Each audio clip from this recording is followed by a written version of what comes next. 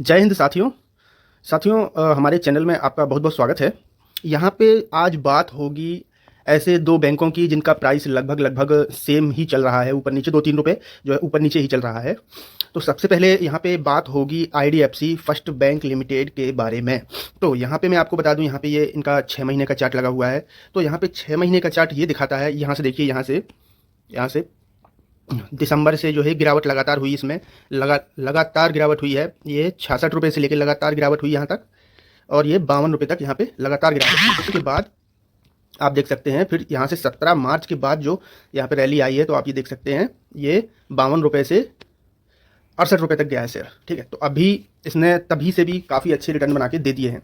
लेकिन अभी साथियों, अभी क्या है कि अभी चल रहा है, बैंकों में रैली चल रही है। आप देख रहे होंगे HDFC bank, ICICI bank, SBI bank, सारे बैंकों में लगभग लगभग रैली चल रही है। लेकिन इन बैंकों में छोटी सी रैली आई है, और उसके बाद यह जो है रैली यहाँ पे अब थोड़ा सा यहाँ पे कंसोलिडेशन यहाँ पे चल रहा है। तो यहाँ पे इन बैंकों के भी ऊपर भागने के संकेत पूरे पूरे मिल रहे हैं।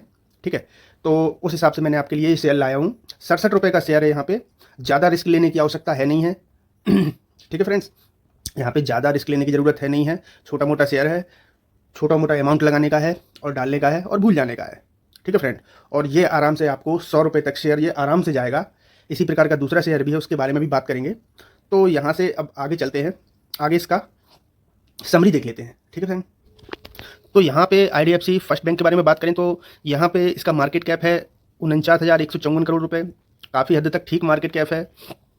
ठीक है फ्रेंड, यहाँ पे करंट प्राइस जो है, करंट प्राइस 67 रुपये चल रहा है। इसका हाई देख सकते हैं आप 84-84.5 रुपये का है, और 52.5 का यहाँ पे लो लगाया हुआ है। स्टॉक का पी देख सकते हैं, हाँ हल्का सा महंगा शेयर जरूर है। डिविडेंड ये देता नहीं है। आरओसी देख लीजिए आप 6.22 है, और आरओई भी 4.24 है। तो इन बैंकों में इतना आरओई ही बहुत कहलाता है फ्रेंड्स। ठीक है फ्रेंड्स, तो ये सब चीज़ें यहाँ पे ये बैंक का है, क्योंकि बैंक का जो फंडामेंटल्स और जो एनालिसिस होता है थोड़ा सा अलग होता है बाकी बिजनेस वाले शेयरों के हिसाब से अलग से। क्योंकि बैंक में डेट और रिजर्व वगैरह पे ध्यान ज़्यादा नहीं दिया जाता है, ना ही प्रमोटर होल्डिंग पे, क्योंकि बैंक के जो सारी प्रमोटर होल्डिंग रहती है वो लगभग लगभग एफआईआईस और डीआईआईस के पूरे पूरे हाथ में रहती है। ठीक है फ्रेंड्स, और इन पे डेट रहता ही है, क्योंकि बैंक बिना कर्जा लिए काम कर ही नहीं सकते, इनकी ये शैली होती है। ठीक है फ्रेंड्स, तो आगे चलते हैं और इसके फंडामेंटल्स देख लेते हैं, क्वार्टर रिजल्ट देख लेते हैं। तो यहाँ पे आईडीएफसी फर्स्ट बैंक के क्वार्टर के बारे में बात करें तो आप यहाँ पे देख सकते हैं फ्रेंड्स, यहाँ से बढ़िया, यहाँ से आप देख सकते हैं, ये देखिए आप यहाँ से तरीके से, शानदार तरीके से रेवेन्यू बढ़ रहा है, बढ़ता ही जा रहा है। रेवेन्यू में कोई शिकायत नहीं है, बढ़िया तरीके से कंपनी ऊपर जा रही है। आगे देखेंगे तो यहाँ पे मैं आपको एक चीज़ समझाता हूँ। यहाँ पे बढ़ क्या रहा है, इसमें इंटरेस्ट बढ़ रहा है। ठीक है, ये जो थोड़ा सा दिक्कत वाली बात है। दूसरी सबसे बड़ी बात है एक्सपेंस बढ़ रहा है। आप यहाँ पे देखते जाइए, ये एक्सपेंस यहाँ पे बढ़ते ही जा रहा है, बढ़ते ही जा रहा है। तो मीन्स अब ऐड होते हैं, सब चीज़ें होती हैं, और जैसे ही ज़माना भी आगे जा रहा है तो महंगाई भी होती है, तो एक्सपेंस तो बढ़ने ही बढ़ने हैं। ठीक है फ्रेंड्स, तो और आगे देख लेते हैं। एक्सपेंस बढ़ना कोई बुरी बात नहीं है। अब बहुत कंपनी अपना पैसा अपने ही पे ही खर्च कर रही है। ठीक है, यहाँ पे अदर इनकम का भी आप कॉलम देख सकते हैं। यहाँ पे अदर इनकम भी बढ़ते चली जा रही है। अदर इनकम में मीन्स इनके म्यूचुअल फंड्स होंगे, इनके और भी कोई कारोबार होंगे, वो अदर इनकम में यहाँ पे ये शो करते हैं। और यहाँ पे नेट प्रॉफिट आप देख सकते हैं, इतना थोड़ा सा पिछले क्वार्टर से थोड़ा सा हल्का सा कम आया, लेकिन इसको फ्लैट ही बोलेंगे, 340, 296, इसको फ्लैट ही बोलेंगे। ठीक है फ्रेंड्स, तो यहाँ पे कोई दिक्कत है नहीं है, और ठीक ठाक रिजल्ट है। मतलब बैंक का शेयर गिरने लायक नहीं है, जाएगा ही आगे। अब क्यों जाएगा आगे, मैं आपको बता रहा हूँ। आगे चलते हैं, आपको सालाना रिजल्ट दिखा देते हैं। तो यहाँ पे आप सालाना रिजल्ट देख सकते हैं। मार्च 2017 से आप देख सकते हैं किस तरीके से जो है आगे गया हुआ है रेवेन्यू में कोई परेशानी नहीं है फ्रेंड्स, रेवेन्यू में कोई परेशानी। 36,502 तक पहुँच गया है मार्च 25 में। अभी के इसके रिजल्ट आ चुके हैं क्वार्टर 4 के। ठीक है फ्रेंड्स, और इंटरेस्ट भी आप देखिए, इंटरेस्ट भी उसी तरह है जैसे क्वार्टर में मैंने दिखाया था आपको। इंटरेस्ट भी ज़्यादा लगेगा, और यहाँ पे एक्सपेंस भी ज़्यादा लगेगा। 17,899 से 24,406 करोड़ हो चुका है। तो यहाँ पे आगे बढ़ेंगे, और अदर इनकम भी देखिए इनकी बढ़ती ही जा रही है। अदर इनकम भी इनकी बढ़ती ही जा रही है। और नेट प्रॉफिट देखेंगे, इनका नेट प्रॉफिट 1490 करोड़ है इस साल का। तो ये लगभग लगभग फ्लैट ही है, क्योंकि यहाँ पे आप देखिए माइनस में है, फिर प्लस में आई कंपनी, हल्का सा प्लस में आई, फिर इसके बाद अच्छा प्लस में आई, अब यहाँ पे प्लस में है एटलीस्ट। तो ये फ्लैट रिजल्ट है। ठीक है फ्रेंड्स, आगे चलते हैं। एक बात और है, इनने डिविडेंड भी अच्छा खासा दिया है। आप यहाँ पे देख सकते हैं 12% का यहाँ पे इस साल डिविडेंड दिया है। पिछले 5 सालों से ये डिविडेंड दे नहीं रहे थे, पे आउट नहीं कर रहे थे, इस बार इन लोगों ने दिया है। साथ ही यहाँ पे बात कर लेते हैं आईडीएफसी फर्स्ट बैंक के शेयर होल्डिंग पैटर्न्स के बारे में। तो यहाँ आप देख सकते हैं प्रमोटर्स ने 2024 सितंबर 2024 तक अपनी सारी होल्डिंग निकाल दी है। और ये बैंक है, और बैंक वाले अक्सर ऐसा ही करते हैं। आप किसी भी बैंक का शेयर होल्डिंग पैटर्न निकाल के देख लीजिएगा, उसमें लगभग 0% ही प्रमोटर होल्डिंग रहती है। बाकी का एफआईआई और डीआईआई के हाथ में रहता है, पब्लिक के हाथ में भी रहता है, कुछ गवर्नमेंट के हाथ में भी रहता है।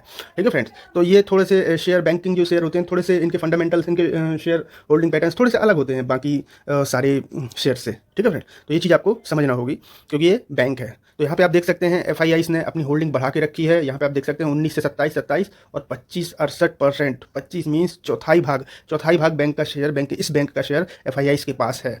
और कब से चला रहा है आप देख सकते हैं कि 20% तो 2023 से चला रहा है। इसीलिए ये अपनी कम नहीं करते, अपनी होल्डिंग कम नहीं करते हैं।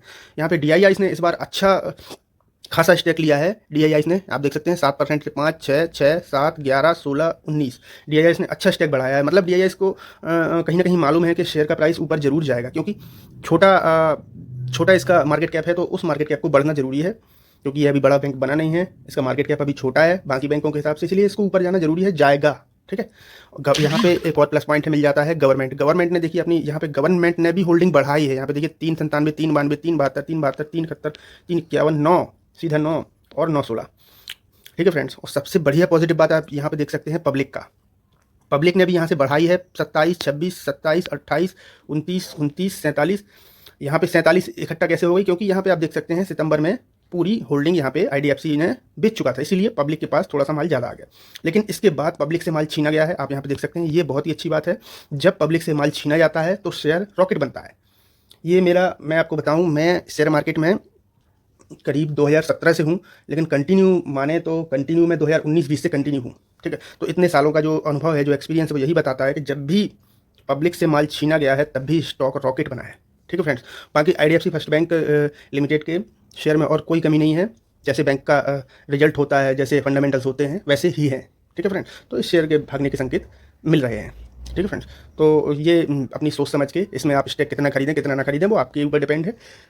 ठीक है फ्रेंड्स, लेकिन एक चीज़ आप ध्यान रखिए कि जब भी आप कोई ऐसे छोटे बैंक में पैसा लगाते हैं, छोटा स्टॉक है। ठीक है फ्रेंड्स, छोटे में आप यहाँ पे आप जो भी पैसा लगाएंगे, जो सोच के लगा रहे हैं, जो थिंकिंग आप माइंड में डाल के इसमें पैसा लगा रहे हैं, थिंकिंग आपकी वही रहनी चाहिए लास्ट टाइम तक, जब तक कि आप उसमें लगभग नहीं है तो 30% से ऊपर का प्रॉफिट बुक ना कर लें।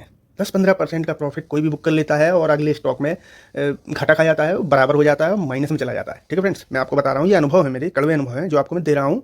ठीक है फ्रेंड्स, ये समझना आपको जरूरी है कि जब भी आपको यदि रिस्क नहीं लेना है तो ब्लू चिप कंपनियों में आप लगाइए। एचडीएफसी बैंक है, इन्फोसिस है, टीसीएस है, एलएनटी ग्रुप है, इनमें लगाइए। लेकिन ये उस तरीके से नहीं बढ़ेंगे, ये आपको 10% का रिटर्न 10 महीने में देंगे। तो वो बस ये है कि वो गिरेंगे भी नहीं। ठीक है, उनमें रिस्क नहीं है, लेकिन इनमें रिस्क है, ये गिर सकते हैं। ठीक है फ्रेंड्स, इनका कोई भी रिजल्ट, कोई भी इधर इधर हुआ, कुछ भी गिर सकते हैं। इसलिए थोड़ा अमाउंट लगाएं, उतना अमाउंट लगाएं जितना कि आप भूल सकें।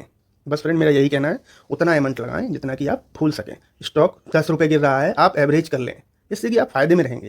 ठीक है फ्रेंड, आगे चलते हैं, दूसरे बैंक पे बात करके हैं। दूसरा बैंक भी बिल्कुल ऐसा ही है, उस पर भी बात कर लेते हैं। तो साथियों, दूसरा जो स्टॉक है उसका नाम है Equitas small finance bank limited. तो मैं इसी के बारे में बात कर रहा था। इसका प्राइस आप देख सकते हैं 64 रुपये 20 पैसे, और पिछले 6 महीनों में इसने 2.5% का रिटर्न बना के जो है दिया है। ठीक है फ्रेंड्स, लेकिन ये स्टॉक और भी ज़्यादा भागने के संकेत है, क्योंकि ये स्टॉक, इसका हाई और लो मैं आपको बता देता हूँ। पहले मैं आपको इसका ये दिखा देता हूँ अभी कि ये कहाँ से कहाँ तक जो है, आप ये देखिए, यहाँ गिरावट में जो अभी गिरावट हुई थी, ये नीचे देखिए आप, ये 56 रुपये 54 रुपये तक गया था। इसके बाद ये फिर से 71 रुपये पे आया, इसके बाद ये फिर से 60 रुपये पे आया। पिछले 6 महीने का चार्ट है ये। ठीक है फ्रेंड्स, अप्रैल के बाद आप देखिए इसने ये 70-71 रुपये तक भी आया था। इसके बाद ये फिर से करेक्ट हुआ, फिर से इसमें प्रॉफिट बुकिंग आई, क्योंकि जो लोग इसमें फंसे थे वो उसमें से निकले, जो फंसे थे वो निकले। फिर इसके बाद फिर से प्रॉफिट बुकिंग आई। अब शेयर फ्रेश हाई मारने के लिए तैयार है, बहुत बढ़िया रेट है, अपने सपोर्ट पर भी है। ठीक है फ्रेंड्स, बढ़िया मौका है। आगे देखते हैं, यहाँ पे चीज़ देखने वाली है मार्केट कैप इसका आईडीएफसी फर्स्ट बैंक से भी कम है। ठीक है, इसका है 7,032 करोड़ रुपये, 7,032 करोड़ रुपये। काफ़ी छोटा मार्केट कैप है, और बैंक भी अच्छा है, और काफ़ी ग्रोइंग बैंक है, तो ऊपर जाने के पूरे चांस हैं। थोड़ा पी रेशियो थोड़ा सा हल्का सा महंगा शेयर है, डिविडेंड भी देता है, तो सारी चीज़ें जो है इसके पास हैं जो कि एक शेयर में चाहिए होती हैं। इसका 52 वीक का हाई देखिए आप, 107 रुपये का है, और 52 वीक लो है 52 रुपये का है। ठीक है फ्रेंड, आगे चलते हैं और इसकी समरी देख लेते हैं। यहाँ पे इक्विटास स्मॉल फाइनेंस बैंक की समरी देख लेते हैं। मार्केट कैप वैसे कि मैंने बताया था 73-36 करोड़ रुपए का है। करंट प्राइस इसका 64 रुपये है। हाई लो 108 रुपये का हाई है, और 52 रुपये इसका लो है, 52 वीक लो। बाकी इसका स्टॉक भी थोड़ा महंगा है, 49 है, महंगा शेयर है, डिविडेंड ये देता ही है। आरओसी और आरओई लगभग पॉजिटिव ही है। बैंकों में इतने ही आरओसी आरओई अच्छे माने जाते हैं। ठीक है फ्रेंड, आगे देख लेते हैं इसके क्वार्टर रिजल्ट।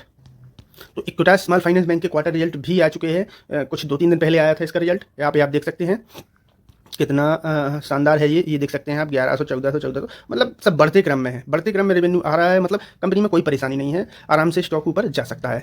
आगे देखते हैं इसका इंटरेस्ट थोड़े से बढ़ रहे हैं, आप देख रहे हैं 794 की अपेक्षा 815 हो गया है, 960 एक्सपेंस बढ़ रहा है, 967 से 1002 हो गया है। तो ये इनके बढ़ते रहते हैं, बैंक हैं क्योंकि पैसा लगाते रहते हैं। इनका मेन चीज़ देखना है नेट प्रॉफिट। नेट प्रॉफिट हल्का सा पिछली बार से कम आया है, लेकिन उसके पिछली बार से ज़्यादा आया है, मतलब यहाँ पे फ्लैट समझा जा सकता है। इसका रिजल्ट क्या है दोस्तों, फ्लैट आया है इसका रिजल्ट। ईपीएस भी प्लस में है, बहुत बढ़िया बात है। आगे देखते हैं इसके सालाना रिजल्ट। यहाँ पे इक्विटास स्मॉल फाइनेंस बैंक के सालाना रेवेन्यू देखेंगे तो आप देख सकते हैं शानदार गति से ऊपर बैंक ग्रो कर रहा है, 6312 तक पहुँच गया है, 408 से लेके 6312 तक पहुँच गया है। ठीक है फ्रेंड, थोड़ा इंटरेस्ट भी बढ़ा है और यहाँ पे एक्सपेंसेस भी दुगने हो चुके हैं लगभग, तो एक्सपेंस तो लगेंगे। ठीक है फ्रेंड्स, एक्सपेंस तो लगेगा, अगर कंपनी को ग्रो करना है तो एक्सपेंस तो लगेगा यहाँ पे। और यहाँ पे आप इसका प्रॉफिट देख सकते हैं, प्रॉफिट भी काफ़ी ठीक ठाक, ठीक है, फ्लैट रिजल्ट है, मान सकते हैं, प्लस में है, सब कुछ प्लस में है, बैंक ऊपर जाएगा। ठीक है फ्रेंड्स, क्योंकि आप यहाँ पे देख सकते हैं 384, 281, 574, 799 जा रहा था ऊपर, एकदम से कम आ गया है, तो अब एकदम से अगले क्वार्टर में अच्छा भी आ जाएगा। ठीक है फ्रेंड, ऐसा होता है, ऐसा होता है। ठीक है फ्रेंड, आगे चलते हैं, रिजल्ट ख़राब नहीं है। यहाँ पे शेयर होल्डिंग पैटर्न इसका देख लेते हैं दोस्तों। इक्विटास स्मॉल फाइनेंस बैंक का ये शेयर होल्डिंग पैटर्न है, यहाँ पे आप देख सकते हैं, यही मेन चीज़ रहती है देखने वाली, शेयर होल्डिंग पैटर्न्स क्या है, कौन क्या कर रहा है, कौन कितना पैसा यहाँ पे लगा रहा है। क्योंकि बड़ा प्लेयर भी यहाँ पे, अगर बड़े प्लेयर यहाँ पे पैसा लगाएगा तो स्टॉक ऊपर जाएगा, क्योंकि रिजल्ट भले ही ज़्यादा अच्छा ना आया हो, फ्लैट हो, लेकिन अगर इसमें बाइंग हुई है, बाइंग प्रेशर बना है तो स्टॉक उछलेगा ऊपर। ठीक है, तो बाइंग प्रेशर तो बना है, सारे स्टॉक में बना है बाइंग प्रेशर। ठीक है, यहाँ पर आप देख सकते हैं FIIs ने यहाँ पे देखिए बढ़ाई है अपनी स्टेक, यहाँ पे DIIs ने तो आधा 50% बैंक को खरीद के रखा है, देख सकते हैं आप। और पिछले मंथ के हिसाब से आप देख सकते हैं, पिछले मंथ के हिसाब से 4196 थी, यहाँ पे फिर से पब्लिक से माल छीना गया है, मतलब पब्लिक का स्टॉक कम हुआ है। पब्लिक से माल जब भी छीना जाता है तब भी स्टॉक उड़ान भरता है, रॉकेट बनता है। ठीक है फ्रेंड, ये तो हो गई स्टॉक की बातें। दोनों बैंक के स्टॉक लगभग बराबर ही हैं, बराबर रिजल्ट हैं दोनों के, सेम टू सेम है सब कुछ। आप दोनों बैंकों में इन्वेस्ट कर सकते हैं, कुछ कुछ एक एक बैंक में कर सकते हैं या फिर एक में ही कर सकते हैं। बढ़िया बैंक है, बढ़िया सेक्टर है, ज़्यादा नहीं, मेरे हिसाब से 2-3 महीने में ही अच्छा रिटर्न बना के दे सकते हैं ये। ठीक है फ्रेंड्स, आपको बस अपने ऊपर भरोसा रखना है। यदि आप नए प्लेयर हैं तो आप ब्लू चिप कंपनियों में जा सकते हैं, HDFC bank, ICICI bank, SBI bank, आप उनमें आराम से इन्वेस्ट कर सकते हैं। आपको 3-4 महीने में 10-20% का रिटर्न मिल जाएगा, और नहीं भी मिलेगा तो आप थोड़ा महीना और इंतजार कर लेंगे तब भी मिल जाएगा। ठीक है, लेकिन ये जो छोटे स्टॉक हैं ये ग्रो ऐसे करते हैं, इसमें आपको 50 से 60% के भी प्रॉफिट मिल जाते हैं 2-3 महीनों के अंदर। ठीक है, तो जहाँ पे आप रिस्क ज़्यादा लोगे तो प्रॉफिट भी तो ज़्यादा मिलेगा ना, रिस्क भी तो है ना। ठीक है फ्रेंड्स, लेकिन ज़्यादा क्वांटिटी कभी मत खरीदें, ये मेरी आप लोगों से विनती रहेगी, क्योंकि मेरा अनुभव ये कहता है कि ज़्यादा क्वांटिटी नहीं खरीदना चाहिए। क्या मालूम कौन सी कंपनी है, कब गिर जाए, कब कुछ हो जाए। ठीक है, इसीलिए उतना पैसा लगाइए जितना कि आप भूल सकें, आराम से कम पैसा लगाइए। ठीक है फ्रेंड, बाकी मेरी आपको कोई सलाह नहीं है यहाँ पे बाइंग करने की या फिर सेल करने की। जो भी है घाटा आपका होगा, फ़ायदा भी आपका ही होगा, तो जो भी जिम्मेदारी रहेगी वो आपकी रहेगी, इसमें मेरा कुछ नहीं है। मैं कोई सेबी रजिस्टर्ड पर्सन नहीं हूँ, मैं आपको बस एजुकेशन पर्पज़ के लिए सारी चीज़ें समझाता रहता हूँ। और कैसा लगा दोस्तों आज का एनालिसिस, बताइएगा ज़रूर कमेंट में दोस्तों। और इसके बाद विदा लेते हैं आपसे, जय हिंद।